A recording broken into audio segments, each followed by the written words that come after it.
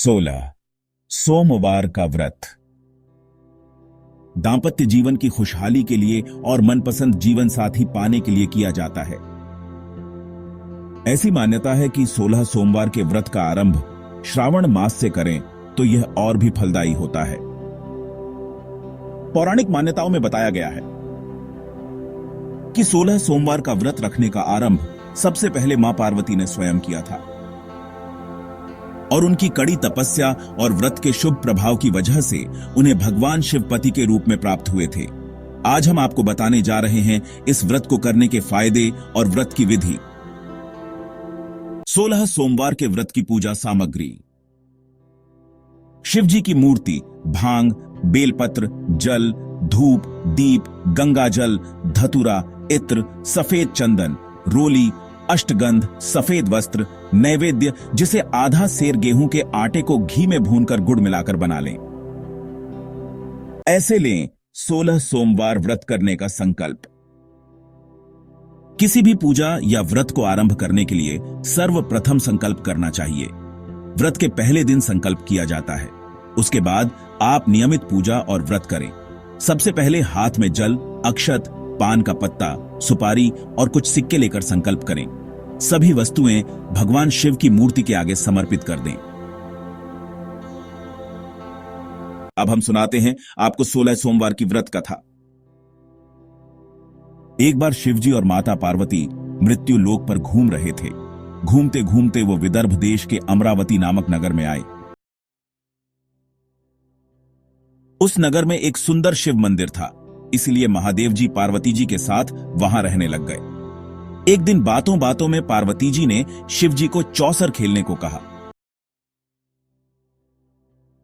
शिव जी राजी हो गए और चौसर खेलने लग गए। उसी समय मंदिर का पुजारी दैनिक आरती के लिए आया। पार्वती ने पुजारी से पूछा, बताओ हम दोनों में चौसर में कौन जीतेगा? वो पुजारी भगवान शिव का भक्त था और उसके मुंह से तुरंत निकल पड़ा, महादेव जी जीतेंगे। चौसर का खेल खत्म होने पर पार्वती जी जीत गई और शिव जी हार गए। पार्वती जी ने क्रोधित होकर उस पुजारी को शाप देना चाहा। तभी शिव जी ने उन्हें रोक दिया और कहा कि यह तो भाग्य का खेल है, उसकी कोई गलती नहीं है। फिर भी माता पार्वती ने उसे कोढ़ी होने का शाप दे दिया और उसे कोरा हो गया। काफी समय तक वो कोरा से पीड़ित रहा। एक दिन एक अप्सरा उस मंदिर में शिवजी की आराधना के लिए आई और उसने उस पुजारी के कोढ़ को देखा। अप्सरा ने उस पुजारी को कोरह का कारण पूछा तो उसने सारी घटना उसे सुना दी। अप्सरा ने उस पुजारी को कहा, तुम्हें इस कोरह से मुक्ति पाने के लिए 16 सोमवार व्रत करना चाहिए। उस पुजारी ने व्रत करने की विधि पूछी। अप्सरा ने बताया, सोमवार के दिन नहा धोकर साफ कपड़े पहन लेना और आधा किलो आटे से पंजीरी बना देना। उस पंजीरी के 3 भाग करना। प्रदोष काल में भगवान शिव की आराधना करना। इस पंजीरी के 1/3 हिस्से को आरती में आने वाले लोगों को प्रसाद के रूप में देना। इस तरह 16 सोमवार तक यही विधि अपनाना। 17वें सोमवार को 1/4 गेहूं के आटे से चूरमा बना देना और शिवजी को अर्पित कर लोगों में बांट देना। इससे तुम्हारा कोरह दूर हो जाएगा। इस तरह 16 सोमवार व्रत करने से उसका कोरह दूर हो गया और वो खुशी खुशी रहने लगा। एक दिन शिवजी और पार्वती जी दोबारा उस मंदिर में लौटे और उस पुजारी को एकदम स्वस्थ देखा। पार्वती जी ने उस पुजारी से स्वास्थ्य लाभ होने का राज पूछा।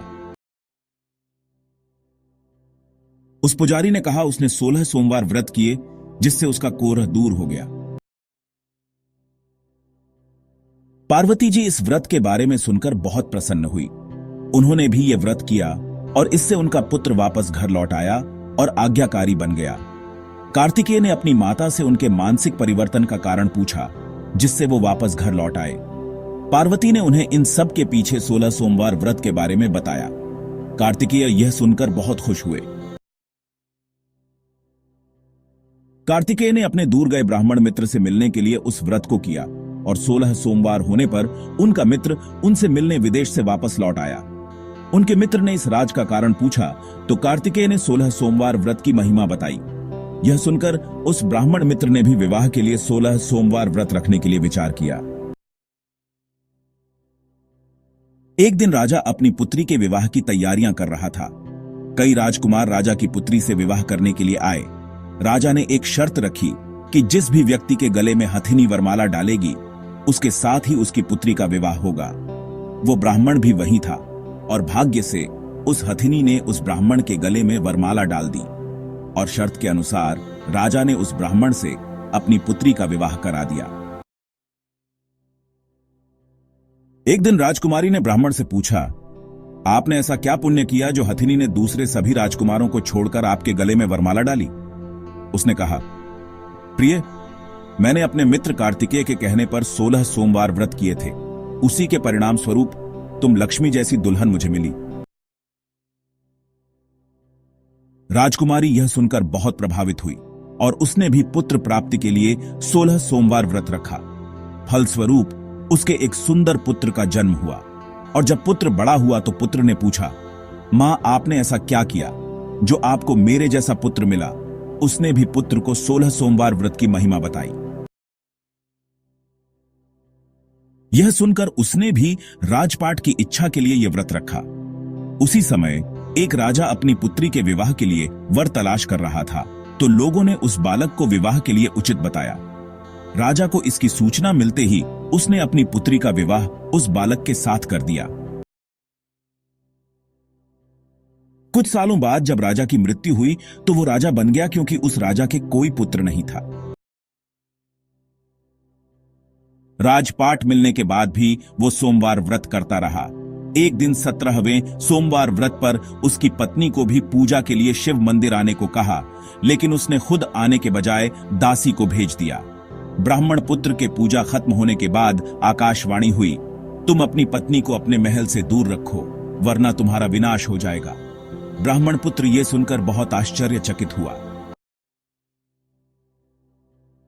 महल वापस लौटने पर उसने अपने दरबारियों को भी ये बात बताई, तो दरबारियों ने कहा कि जिसकी वजह से ही उसे राजपाट मिला है, वो उसी को महल से बाहर निकालेगा। लेकिन उस ब्राह्मण पुत्र ने उसे महल से बाहर निकल दिया। वो राजकुमारी भूखी प्यासी एक अनजान नगर में आई। वहां पर एक बूढ़ी औरत धागा बेचने बाजार जा रही थी। जैसे ही उसने राजकुमारी को देखा तो उसने उसकी मदद करते हुए उसके साथ व्यापार में मदद करने को कहा। राजकुमारी ने भी एक टोकरी अपने सर पर रख ली। कुछ दूरी पर चलने के बाद एक तूफान आया और वो टोकरी उड़कर चली गई।